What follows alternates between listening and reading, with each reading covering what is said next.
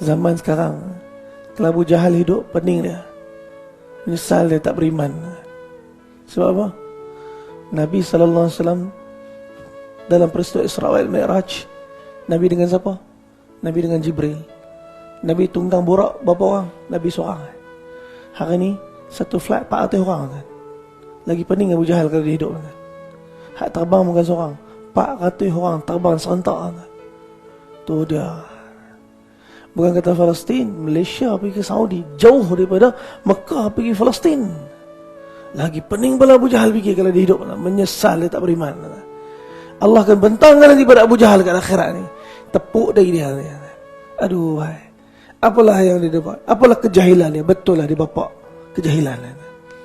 Tuan-tuan, Nabi SAW, Allah Ta'ala cerita perjalanan Nabi malam tu, barakna hawlahu linuriyahu min ayatina. Allah kata malam tu ialah malam perjalanan yang berkat. Tuan-tuan, kalau belajar fizik modern, tuan-tuan akan jumpa ada satu chapter time dilation. Chapter time dilation. Makin cepat satu pergerakan, makin lambat masa. Macam mana tu? Tuan-tuan tengok cerita The Flash. Tuan tengok ni cerita orang putih lah. Makin cepat The Flash lari, apa jadi kat kelilingnya? Semua macam berhenti. Dia laju, semua macam berhenti. Orang lain tak berhenti, orang lain bergerak. Tapi kerana kelajuan yang terlampau, seolah-olah sekeliling dia berhenti. Tuan-tuan, berapa laju burak? Kelajuan burak, apa dia? Kalau kita estimate, burak dengan kita anggapan burak ialah daripada perkataan barqun. Barqun ialah kilat. Laju kilat ialah 1/3 laju cahaya. Kalau 1/3 laju cahaya, cahaya laju dia 2.98 kali 10 kuasa 8 meter per saat. Kalau kita convert kepada kilometer per saat, kita akan dapati bahawa laju cahaya ialah 298,000 kilometer sesaat. Maknanya itu laju cahaya.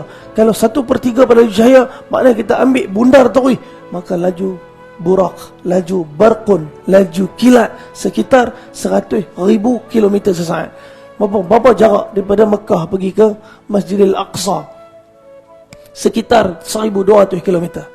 Kalau jarak sekitar 1,200 km dengan kelajuan pergerakan Nabi pada hari itu ialah 100,000 km per saat. Jadi berapakah masa yang diambil daripada Mekah pergi ke Masjidil Aqsa? Kita gunakan rumus V equals to S over T. Tuan-tuan, nak kira T equals to V over S. Maka kita akan dapati less than 1 second Nabi sampai ke Masjidil Aqsa. Kalau inilah calculation yang kita ambil daripada pergerakan Nabi SAW. Sebenarnya malam tu Allah Ta'ala cuma nak hiburkan hati Nabi SAW. Allah nak tenangkan perasaan Nabi. Allah Ta'ala nak pujuk Nabi yang mana sedih dengan kematian isteri, yang sedih dengan kematian pakcik tanpa Islam, yang sedih dengan keadaan orang Quraisy tak mau terima Islam. Tutup pintu mereka. Allah nak beritahu, wahai Muhammad, mereka tutup pintu-pintu mereka, kami buka pintu langit. Satu dunia tutup pintu, kami buka pintu langit. Tuan-tuan, Allah Ta'ala pujuk Nabi SAW. Allah buat apa lagi? Allah Subhanahu Wa Ta'ala lalukan Nabi kepada seluruh tempat-tempat yang mana Nabi SAW dah pergi dah Madinah, tapi Allah singgahkan Nabi lagi kat Madinah, nak bagi tahu bahawa perjalanan jauh lagi. Nabi ada separuh lagi. Nabi ada separuh lagi cerita dalam hidup Nabi dalam dakwah ni. Berapa lama dakwah Nabi? 13 tahun. Peristiwa Isra wal Mi'raj berlaku bila? Pada tahun ke-12 kenabian. Maknanya peristiwa yang berlaku ni baru separuh cerita dakwah Nabi SAW.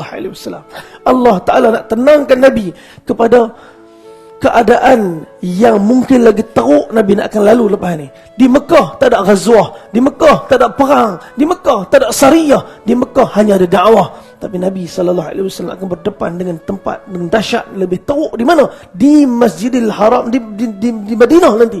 Kenapa? Di sana Nabi akan berdepan dengan satu kaum yang Nabi dulu telah berdepan, dan kebanyakan mereka dibunuh oleh bangsa ni. Apa dia bangsa ni?